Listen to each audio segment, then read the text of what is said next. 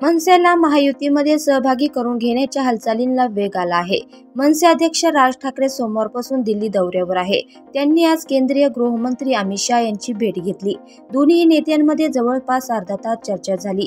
संपूर्ण राज्याचं लक्ष या भेटीकडे लागलं होतं। या बैठकीला मनसे नेते अमित ठाकरे यांची देखील उपस्थिती होती। राज ठाकरे आणि अमित शहा यांची बैठक संपली आहे। दोन्ही नेत्यांमध्ये जवळपास अर्धा तास चर्चा झाली। दरम्यान राज ठाकरे हे दक्षिण मुंबई मतदारसंघ आणि नाशिक लोकसभा मतदारसंघासाठी आग्रही असल्याची माहिती समोर येत आहे। या दोन्ही लोकसभा मतदारसंघाबाबत तसेच आगामी विधानसभेत मनसेला सन्मानजनक जागा देण्यात याव्यात यावर अमित शहा यांच्या बैठकीपूर्वी भाजप नेते विनोद तावडे यांच्यासोबत प्रारंभिक चर्चा झाल्याची माहिती समोर येत आहे। अमित शहा यांच्यासोबत बैठकीत नेमकी काय चर्चा झाली याचा तपशील अद्याप समोर आलेला नाही।